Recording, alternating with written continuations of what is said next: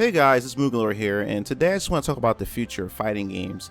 After EVO 2022 had just passed over the weekend, quite a few announcements were made that pretty much just signified a new beginning or a new generation or a new era of fighting games. And that new era of fighting games is just online gaming. Online gaming is pretty much essential nowadays, now that everything is pretty much done over the internet. We live in a more digital, technological society and generation more than ever before. Not many people are really playing locally when it comes to fighting games, unless you're a pro player or you go into your locals or anything. But most people don't invite their friends over or family members over to sit on the couch and play fighting games like they used to. Everything is just done over the internet, over consoles and PC.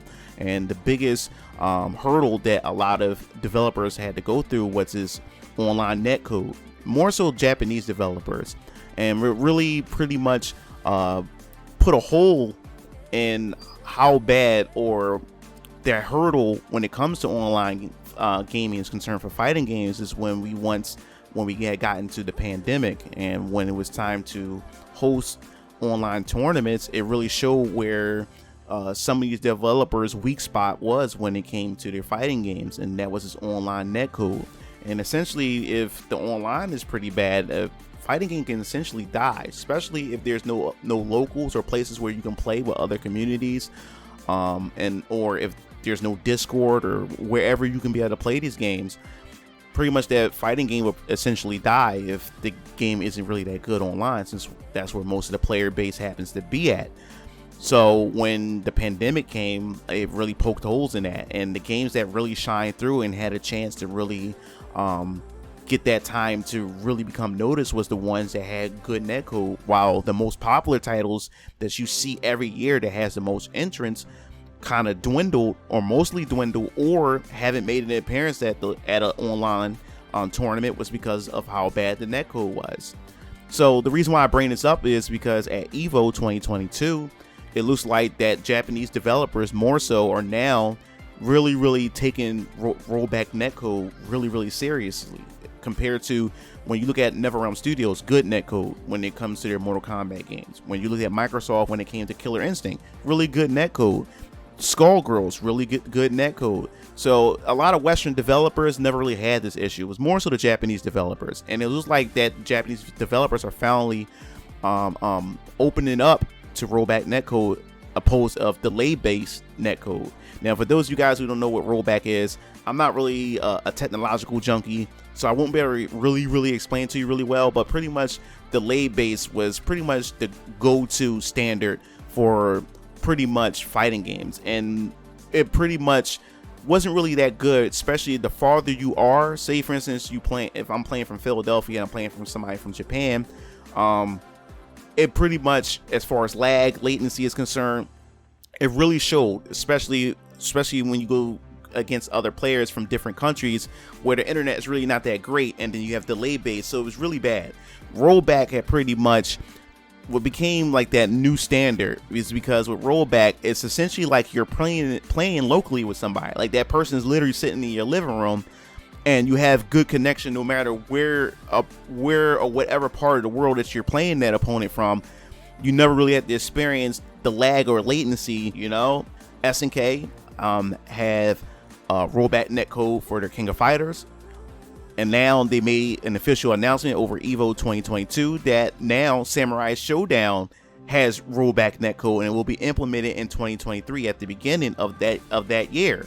Excited, I'm happy for that. It's because I have Samurai Shodown for console. Now I definitely want to pick it up for PC, but the main issue that I had with Samurai Shodown, even though it was a good fighting game, the online community, was pretty much no community that was pretty much essentially there for it because of how bad the online netcode was. The delay-based netcode was horrible, and I really couldn't get any matches in Samurai Shodown. And that I had bought it at launch and really couldn't get any really good matches at all. And I either played the same person over and over again, or really couldn't find anybody. So the fact is that Samurai Shodown is getting that, and they're going off the same rollback netcode that they implemented with King of Fighters 15, but putting it in Samurai Shodown. That's definitely a good thing. That is good. that's a good sign that the times is changing for fighting games and online play. Many people had to resort to emulators, Fightcade to play some of their favorite fighting games because they had rollback netcode and is able to get that better experience. And now developers are finally listening to the fans and they're giving us that. And also Capcom with Street Fighter 6 rollback netcode. We also getting also with the Capcom Fighting Collection that I also done a review on. If you guys want to check that out, want to hear my thoughts and opinions on the Capcom Fighting Collection, definitely a good collection. That also has rollback netcode. But most of all, the company, Japanese developer company that really pushed the emphasis on this, will implement rollback netcode, that's leading the charge was Arc System Works. Arc System Works had Guilty Gear Strive, but before Guilty Gear Strive, they went back into their older Guilty Gear title and put rollback netcode into that. Then they did Blaze Blue, and then they turned around and did BlazBlue Crawl's Tag Battle. So they've been going and implementing rollback netcode left and right. And then now Persona 4 Ultimax, they have rollback netcode that's being implemented into that. So a lot of these nice and awesome titles, people will get a chance to get to experience and definitely reinvigorate most of these communities' implementation of rollback netcode for these games.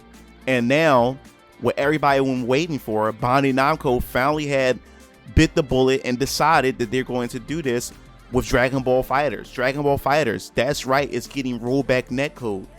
Rollback netcode implementation is happening for Dragon Ball FighterZ, and I know a lot of fans of this game is super happy. I'm happy for the fans. I have the title as well. I enjoy Dragon Ball FighterZ. And the fact is that they're getting rollback netcode on top of that, I know the fans are losing their mind over this, and that's a good thing. And that means there's a lot of fighting games to just dive into and have a good time with. It's like I can't keep up with these fighting games. It's too much. So all we waiting for now is Melty Blood. Melty Blood need rollback netcode. If it doesn't have it, if it does have it, excuse me for being wrong, but I believe it doesn't have a rollback netcode yet. We need Under Night In-Birth to get rollback netcode. We need a lot of these titles that we love, especially I know Tekken 7 fans is dying for it. They're dying for rollback netcode.